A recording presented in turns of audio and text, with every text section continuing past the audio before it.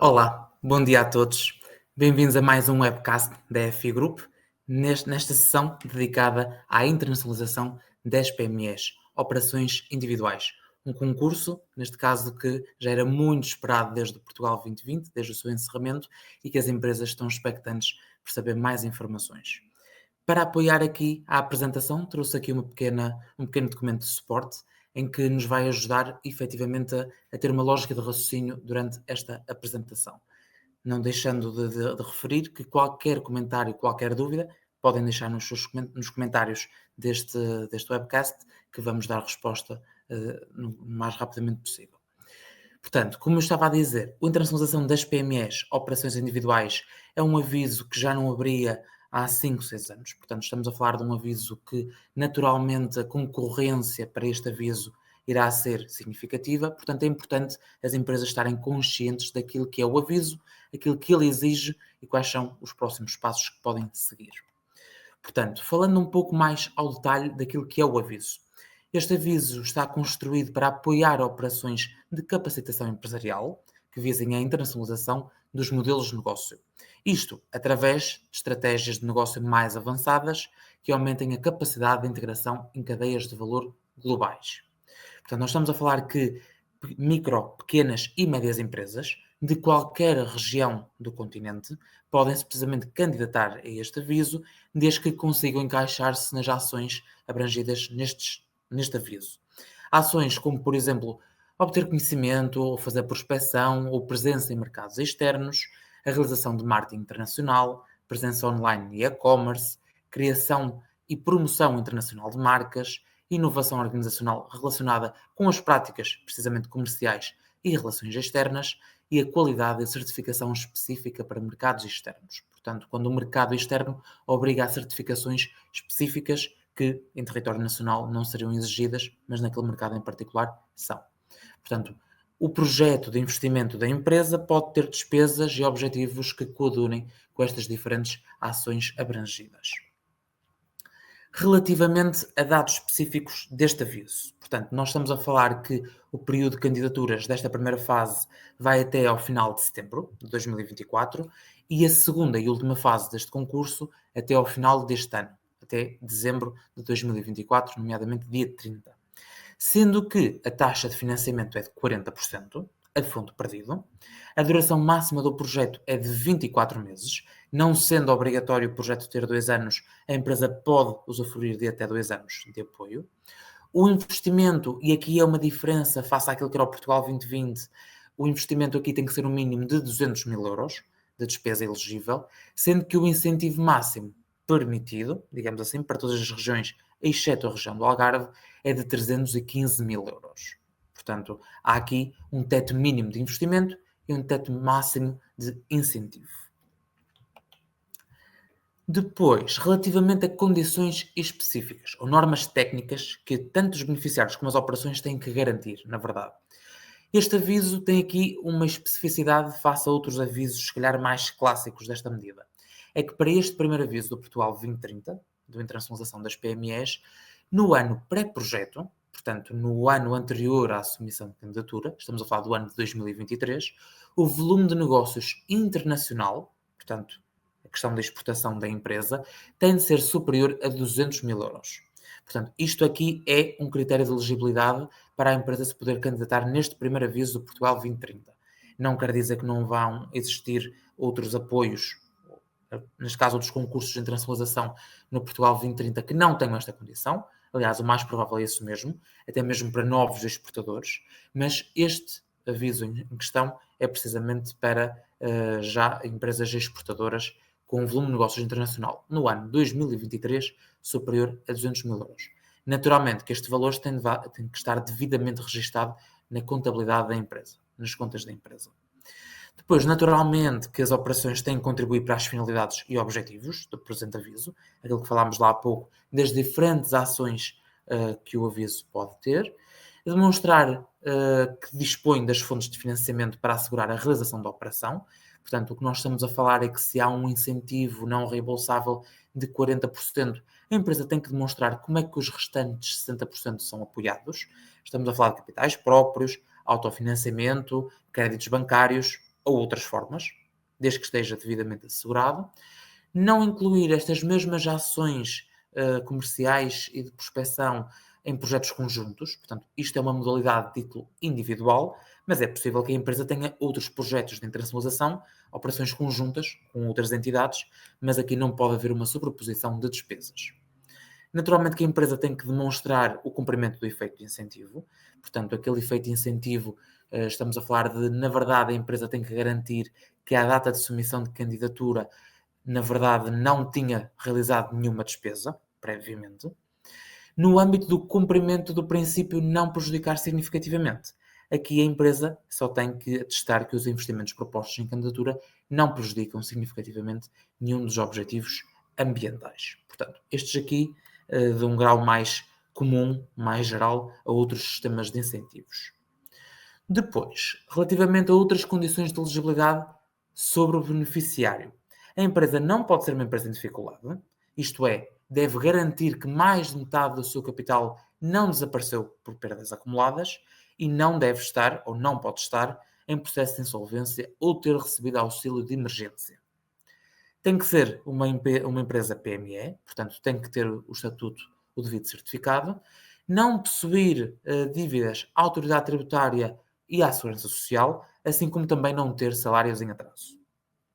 Relativamente à situação económico-financeira, é esperado que com as contas de 2023, portanto no ano pré-projeto, ou então aqui sim com recurso a um balanço interescalar, portanto devidamente autorizado pelo contabilista certificado ou o ROC, aqui ser demonstrada a autonomia financeira superior a 15%. Portanto, aquela eterna divisão entre o capital próprio sobre o ativo da empresa. Portanto, isto são condições que têm que ser garantidas obrigatoriamente para podermos candidatar a este concurso. Sobre custos elegíveis e específicos deste aviso. Portanto, num webcast anterior chegámos a falar sobre o ID empresarial. O ID empresarial era muito focado nos recursos humanos. Aqui, também, noutra hora, colegas meus também já falaram sobre a inovação produtiva e ser para investimentos produtivos. Aqui, o internacionalização é muito focado naquilo que eram as diferentes ações que falámos no segundo slide, especificamente sobre marketing, sobre recursos humanos afetos às vendas, tudo o que seja promoção e divulgação e a questão, por exemplo, de participação em feiras ou as próprias viagens. Portanto, custos elegíveis, de uma forma muito sumária, nós temos custos salariais com a contratação de recursos humanos qualificados, e aqui estamos a falar não só do salário base, mas também dos encargos sociais obrigatórios, por parte da entidade patronal. Também, aqui atenção, recursos humanos qualificados afetos a estas áreas, precisamente aos objetivos no aviso de internacionalização, portanto, tudo o que seja marketing, tudo o que seja gestão de mercados, tudo o que seja promotor em mercados externos, portanto, tem que ser no âmbito, portanto, enquadrado nos objetivos deste aviso. Custos com participação em feiras e exposições no exterior, tanto o aluguer como a construção, como o funcionamento do stand.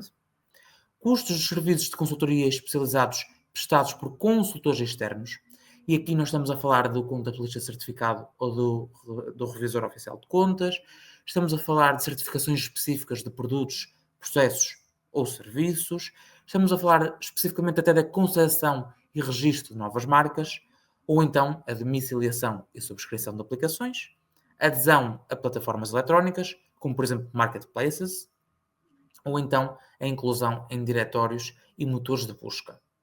Especificamente neste novo quadro, Portugal 2030, como a sustentabilidade é um motor e uma premissa, efetivamente, em qualquer sistema de incentivos, surgiu uma nova rúbrica no sistema de incentivos à internacionalização das PMEs, que é o custo com serviços de consultoria especializados orientados para a incorporação nas empresas dos princípios de ESG. Portanto, sustentabilidade ao nível económico, ao nível ambiental e ao nível de governança. Portanto, aquilo social, ambiental, governança, são três pilares que neste momento estão presentes em qualquer sistema de incentivos. Aqui inclui qualquer serviço relacionado com processos de auditoria e obtenção de certificações de sistemas, serviços e produtos na área do ambiente, como sejam, por exemplo, a obtenção do rótulo ecológico ou o sistema de ecogestão e auditoria. Também está previsto, ou também é possível, outras despesas relacionadas com a promoção da internacionalização. Portanto, aqui nós estamos a falar da prospecção e captação de novos clientes e ações de promoção realizadas em mercados externos. Portanto, na rubrica ali acima falamos de participação em feiras e exposições no setor. Portanto, aqui diretamente associado a feiras, com ou sem exposição de stand. Aqui, nesta última rúbrica, nós estamos a falar quando é necessário fazer viagens de prospecção a determinado cliente ou o cliente vir cá, portanto, a território nacional. Estas missões inversas também contam como despesa elegível. Sobre estas despesas elegíveis, existem alguns limites, algumas regras e limites específicos à elegibilidade destas despesas. Relativamente à contratação de recursos humanos qualificados, nós estamos a falar de, no limite, 2 novos recursos humanos qualificados, isto é, com um nível de qualificação igual ou superior a nível 6, estamos a falar de licenciatura, estabelecendo-se como limite máximo, por recurso humano, de 2.250 euros. Deve registar-se uma criação líquida de postos de trabalho, portanto, no ano de, ou melhor, tem que haver uma manutenção de postos de trabalho durante 3 anos a partir da data de conclusão da operação. Ou seja, a empresa tem a contratação destes 2 novos recursos humanos e, por ter recursos humanos na despesa elegível do projeto, tem esta condição extra da criação líquida de postos de trabalho. E os postos de trabalho têm que se manter 3 anos após a conclusão. Portanto, o projeto começando no ano de 2024, 2025, 2026, ou seja, 3 anos após 2026, a quantidade de postos de trabalho tem de ser mantida. A quantidade é em equivalente de tempo integral. Portanto, estamos a falar de as horas somadas, equivalente do tempo integral, estamos a falar das 40 horas ou das 35 horas, dependendo da jornada que a empresa tem, mas isto para dizer que pessoas a part-time contribuem de forma também ela part-time para este requisito da manutenção dos postos de trabalho. Custo dos serviços de consultoria especializados por consultores externos, aqui há o limite com os ROCs ou os contabilistas certificados, até ao limite de 5.000 euros. Para participação em feiras e exposições, nós temos um limite para deslocações, e aqui está previsto a forma de cálculo através de uma metodologia de custos simplificados, tendo em conta a distância percorrida, e no aviso está descrita essa mesma metodologia. No alojamento temos um limite de 300 euros por noite e não são aceites despesas com refeições. Relativamente a indicadores, portanto, como qualquer sistema de incentivos, nós aqui temos tanto indicadores de realização como indicadores de resultado. Portanto, indicadores de realização são aqueles que permitem aferir se a empresa realmente realizou os investimentos previstos, se realmente desempenhou aquilo que eram os objetivos do aviso. Os indicadores do aviso e do projeto em específico, indicadores de resultado são aqueles que permitem aferir se realmente o projeto teve o impacto devido na empresa, tal e qual como estava previsto em candidatura. Relativamente aos indicadores de realização, neste aviso nós temos um conjunto de indicadores, não quer dizer que a empresa tenha todos eles a observar, depende do tipo de despesas equacionadas no projeto. Temos o reforço da capacitação empresarial das PMEs nos mercados internacionais. Isto é de forma muito objetiva no número de mercados internacionais previstos no projeto e que foram alvo de iniciativas. Isto é a mesma métrica, de 1, 2, 3. Depois temos os mercados abrangidos no âmbito das ações de marketing digital, especificamente, enquanto que o primeiro é de uma forma mais geral, o segundo é direcionado o número de mercados direcionados com o marketing digital, o número de ações de prospecção e captação de novos clientes nos mercados externos. Esta comparação é sempre feita com aquilo que foi dito em candidatura, portanto, numa fase de conclusão do projeto, ele é sempre comparado com aquilo que foi dito em candidatura, o número de presenças em feiras e certames internacionais, o número de lojas próprias online criadas, se fosse o caso do plano de investimentos, assim como também o número de novas adesões a marketplaces. Portanto, os indicadores de realização são aferidos. A empresa, se tiver um desempenho de 85% ou superior, não há qualquer corte de incentivo. Abaixo da execução de 85%, face entre o realizado e o que estava em candidatura, aí poderá haver alvo de cortes parciais de incentivo, sendo que só abaixo de 50% ou de 40% é que poderá ser realmente crítico e ter que devolver o incentivo por completo. Portanto, estamos a falar aqui que há uma margem, porque se admite que há uma margem também de manobra para o beneficiário face àquilo que foi dito em candidatura. Relativamente a indicadores de resultado. Ora, para avaliar o impacto que uma medida de internacionalização tenha numa empresa, a melhor forma é efetivamente medir a intensidade de exportações do beneficiário no ano pós-projeto. Entenda-se como intensidade de exportações, não só a exportação direta, portanto a exportação que o beneficiário tem diretamente para o exterior, mas também a exportação indireta. E na exportação indireta, nós aqui temos não só a prestação de serviços a não residentes, como também no caso de produtos e de mercadorias, temos as vendas indiretas. Vendas indiretas, na verdade, têm que estar devidamente escritas na contabilidade da empresa, mas como é que se calcula? Estamos a falar do volume de negócios vendido a determinado cliente multiplicado pela taxa de exportação desse determinado cliente. Portanto, em sede de candidatura, temos mesmo que apresentar este volume de negócios e taxa de exportação dos clientes identificados em candidatura para justificarem estas nossas vendas indiretas, que contribuem para a intensidade de exportações direta mais indireta. Relativamente, passar aqui ao próximo slide, relativamente a documentos necessários. Portanto, em candidatura, para além do descritivo e dos textos de formulário, naturalmente que têm que ser descritos para fundamentar a operação, nós temos alguns documentos anexos necessários. Aqui nós estamos a falar do balanço intercalar certificado por um ROC, não sendo admitido o exame simplificado, para efeitos da aferição do rácio de autonomia financeira. Naturalmente isto quando não é cumprido nas contas de 2023, e aí nós apresentamos o balanço, DR e IES. A ata da Assembleia Geral ou da Gerência, com o compromisso da realização dos montantes necessários e previstos no mapa de financiamento, quando aplicável. Portanto, quando é que isto é aplicável? Quando em ata da Assembleia Geral ou da Gerência fica declarado que naqueles 60% restantes da operação vai haver financiamento com recursos próprios e ou suprimentos. Documento comprovativo da aprovação da entidade bancária, isto quando é financiado através de um empréstimo bancário, isso já tiver sido aprovado para a operação, e documento comprovativo do efeito de incentivo. Portanto, aquela checklist em que a empresa deve assinar uma espécie de declaração de honra em que não realizou nenhuma despesa previamente à submissão de candidatura.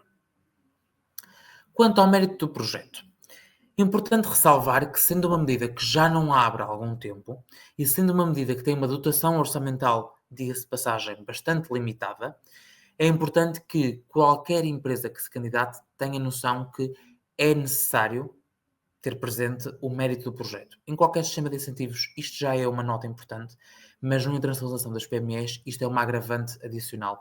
Isto porque prevê-se que tanto Lisboa como Algarve têm dotações orçamentais específicas, mas ao nível do COMPET, portanto ao nível nacional, nós estamos a falar de uma dotação orçamental que permite pouco mais do que 60 candidaturas, se fôssemos a prever o apoio máximo de 315 mil euros. Portanto, isto é rigoroso, no entanto, cabe também aqui à FI Group, junto com os seus clientes, trabalharmos para termos um mérito de projeto robusto e termos uma candidatura vencedora. Eu trago este slide aqui para ter um bocadinho mais de sensibilidade para aquilo que são os 4 grandes critérios, que por sua vez dividem-se em subcritérios, que são avaliados nesta candidatura e que são pontuados de 1 a 5, sendo que na fase 1 temos todo o interesse em trabalhar para candidaturas, fase 1 é a fase que termina em setembro, temos todo o interesse em trabalhar para candidaturas com méritos pelo menos acima de 4.3, 4.5, e sendo que na fase 2, aí claramente já temos de estar a falar de méritos perto de 5. Portanto, uma estratégia que tem que ser seguida. Relativamente ao primeiro critério, a adequação à estratégia, portanto, tem que haver um enquadramento do projeto e este enquadramento é geral a qualquer sistema de incentivos, não é típico da internacionalização, é típico dos principais sistemas de incentivos de Portugal 2030, em que aqui tem que haver realmente um enquadramento à estratégia de especialização inteligente regional, neste caso, dependendo da região em que se insere o projeto. E isto aqui é validado também por nós numa fase muito inicial para perceber se temos ou não enquadramento na estratégia. Relativamente à qualidade da operação, portanto, é avaliada a coerência face ao diagnóstico de necessidades e objetivos visados, portanto, se o plano de investimentos, as necessidades, os objetivos do projeto, as necessidades do mercado, está tudo alinhado e devidamente fundamentado, e depois o caráter inovador da operação. E aqui nós temos dois tipos de inovações previstas.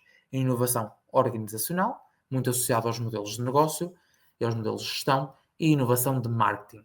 E já vamos discutir aqui um pouco aquilo que é inovação organizacional e a inovação de marketing. Já discutimos um pouco mais à frente, mas é importante que a empresa preveja algum grau de inovação na sua candidatura. Depois temos a capacidade de execução, e aqui é a capacidade de gestão e de implementação da operação. E aqui, diga-se de passagem, estamos a falar dos recursos humanos que a empresa tem, das estruturas físicas, das estratégias já implementadas, da visão da empresa, dos mercados já existentes que possui, dos mercados novos que pretende avançar.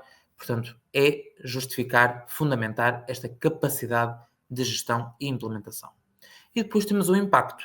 Portanto, impacto da operação na economia, de que forma é que contribui para o emprego qualificado, e a empresa, por mais que tenha ou não recursos humanos no seu mapa de despesas, convém que efetivamente, em termos de mérito, isto é altamente valorizado, que tanto em termos de emprego qualificado, ou seja, nível 6 ou superior, mas mesmo até emprego geral, portanto, inclusive até emprego não qualificado, que haja um saldo positivo entre aquilo que é o pré-projeto, 2023, e aquilo que é o pós-projeto. Portanto, estamos a falar de 2 anos após o encerramento do projeto.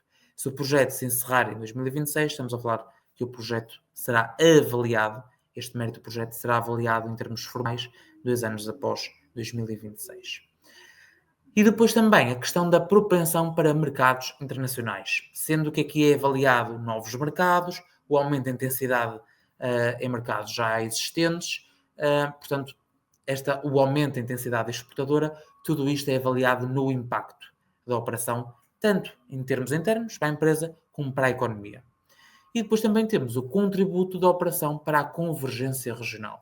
E aqui, novamente, também é avaliado de uma forma até mais automática, mas é avaliado de que forma é que isto também promove o arrastamento das cadeias de valor, de que forma é que promove o crescimento também de outras empresas na região em que se insere. Estes, de forma muito macro, estes são os 4 grandes pilares que devemos pontuar, sendo que a escala é sempre de 1 a 5.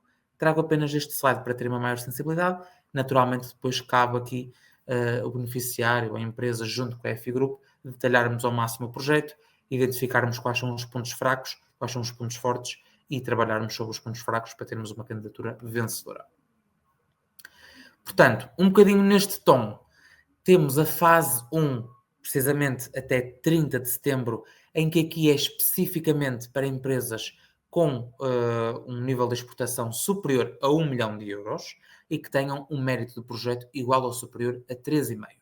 Portanto, aqueles 4 critérios que vimos atrás, eles não têm todos o mesmo peso, mas naturalmente que contribui para um mérito do projeto total, e nesta primeira fase temos 2 condições específicas. Portanto, empresas com volume de negócios superior a 1 milhão de euros, volume de negócios internacional, isto é, o escalão de exportação individual, e aqui chama a atenção que é escalão de exportação individual. Neste ponto não servem as exportações indiretas, estamos a falar de exportações diretas, sendo que para a fase 2, todas aquelas empresas que se candidataram na fase 1 e que não cumpriam um dos critérios, portanto, são automaticamente colocadas na fase 2, ou então as PMEs que têm um escalão de exportação entre os 200 mil euros e 1 milhão de euros. Portanto, são as restantes.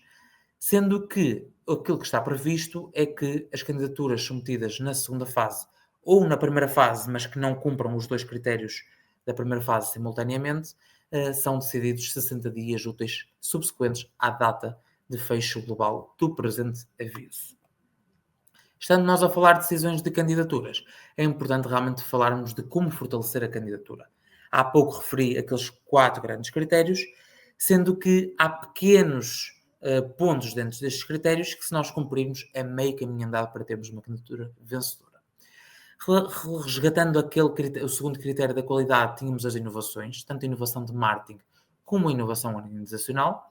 Aquilo que é visto como uma inovação de marketing é que a empresa deve ter não só estratégias de comunicação tradicional, aquilo que é chamado outbound, estamos a falar de publicidade, outdoors, stands em feiras, mas também inbound, portanto, website, marketing viral, marketing digital, otimização em motores de busca, instrumentos de análise de eficácia de estratégias de marketing para posterior monitorização de resultados. Portanto, estamos a falar daquelas novas tecnologias e mesmo análise de palavras-chave, metodologias SEO, tudo o que seja esta análise mais refinada, esta abordagem mais refinada, uma análise mais pensada e criteriosa ao mercado de caráter mais digital, é valorizado em candidatura, portanto deve estar previsto também ela no plano de investimentos. Depois temos a inovação organizacional, e aqui estamos a falar a mobilização de recursos humanos qualificados, é importante, o investimento na formação e desenvolvimento profissional, aqui tanto de novos recursos humanos como de recursos humanos já existentes, e a utilização de modelos de gestão de inovação aberta, portanto, muito orientado ao mercado. Aqui, sendo que muitas vezes adquire um efeito até sinérgico com outros stakeholders, estamos nós a falar de clientes, fornecedores, parceiros, mas numa ótica da inovação aberta, muito orientada ao mercado, tanto nas suas necessidades como nos seus resultados. Ou seja, a empresa não trabalha por si só e depois o mercado que se ajuste. Não, a empresa trabalha muito ligada àquilo que são os seus stakeholders, os seus parceiros, fornecedores, clientes. Depois temos a majoração e-commerce, portanto, se a empresa criar lojas online e ou aderir a marketplaces ou então desenvolver campanhas online, portanto, tudo que é do fórum e-commerce. A majoração ESG, portanto, estamos a falar da sustentabilidade ao nível ambiental, social, de governança, e aqui as certificações de sistemas, serviços, produtos na área do ambiente, como, trazendo novamente este exemplo, a obtenção do rótulo ecológico e sistema de ecogestão e auditoria. É muito valorizada a questão da contratação de recursos humanos altamente qualificados, portanto, a abreviatura RAC, e aqui conta a criação líquida de emprego qualificado, com ou sem a previsão de contratação desses recursos humanos na despesa elegível, ou seja, a empresa pode não ter recursos humanos associados à área das vendas e da internacionalização e marketing no projeto, pode não ter esta contratação e ter na mesma um saldo positivo de criação líquida de emprego qualificado, porque naturalmente a operação incentiva a um maior volume de negócios, naturalmente incentiva a maior produção, a maior desenvolvimento, portanto acarreta sempre um maior número de empregos qualificados derivados da operação. E depois as exportações. O aumento da intensidade das exportações é muito valorizado, estamos nós a falar tanto de exportações diretas como indiretas. Todos estes pontos são, neste caso, maturados, são discutidos, são fundamentados de forma exaustiva e rigorosa em candidatura para potencializarmos a probabilidade de ser aprovada a candidatura neste aviso tão competitivo. Depois, falando sobre aquilo que é o projeto, portanto, o beneficiário, a empresa neste momento sabe as linhas orientadoras do sistema de incentivos, sabe aquilo que sejam os critérios de elegibilidade, sabe aquilo que é mais valorizado, no entanto, importa pensar, ok, para a minha empresa, o que é que eu agora devo pensar para estruturar um projeto deste género? Ora, a empresa deve pensar logo qual é a sua estratégia atual de internacionalização que tenha, portanto, tanto para mercados já existentes em que esteja, seja para novos mercados. Portanto, aqui pensar qual a estratégia atual que tem, quais os mercados que atua atualmente e, desta forma, qual é que vai ser o objetivo do projeto. Portanto, quais são as ações que pretendem realizar, tanto prospecção, ir ao estrangeiro, como missões inversas, o cliente vir cá, e quando, portanto, isto tem que estar previsto nestes 24 meses de execução, quais os novos mercados que pretendem alcançar, que despesas estão previstas para estes novos mercados serem alcançados, para estas ações serem realizadas e que feiras é que pretendem participar. Portanto, esta definição do plano de investimentos de no mínimo 200 mil euros, não esquecendo que podemos ter no máximo um incentivo elegível, um incentivo reembolsável, digamos assim, ou melhor, um incentivo não reembolsável, assim sim, mas previsto no máximo de 315 mil euros. Portanto, o plano de investimentos não pode ultrapassar os 40, neste caso pensando que são os 40% de incentivo desse plano de investimentos, sendo que este projeto deve responder obrigatoriamente a estes pontos e é importante que a empresa tenha, ou que já vá delineando estas despesas, para também perceber se efetivamente este sistema de incentivos é para ela ou não. Porque efetivamente qualquer empresa pode ter interesse em internacionalizar, mas diga-se que ter um conjunto de feiras ou ter uma ação prospectiva aqui ou acolá, ou ter apenas a despesa do website ou a adesão a algum marketplace, estas despesas de forma isolada não constituem um projeto de investimento enquadrável na internacionalização das PMEs. Aqui é importante agregar essas diferentes despesas e construir um objetivo comum. Pode ser um objetivo com diferentes mercados, mas um objetivo orientador geral, global, do projeto deve existir e que se enquadra, naturalmente, tanto com a estratégia regional em que se insere, como com a estratégia específica da empresa.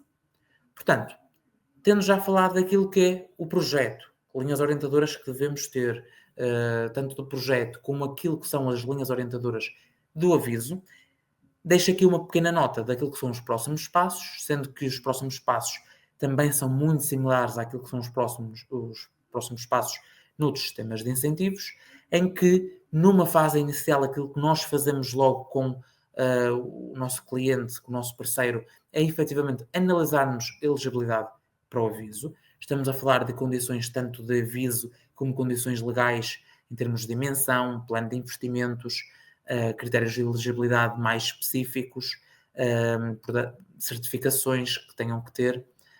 Tudo isso é validado numa fase inicial.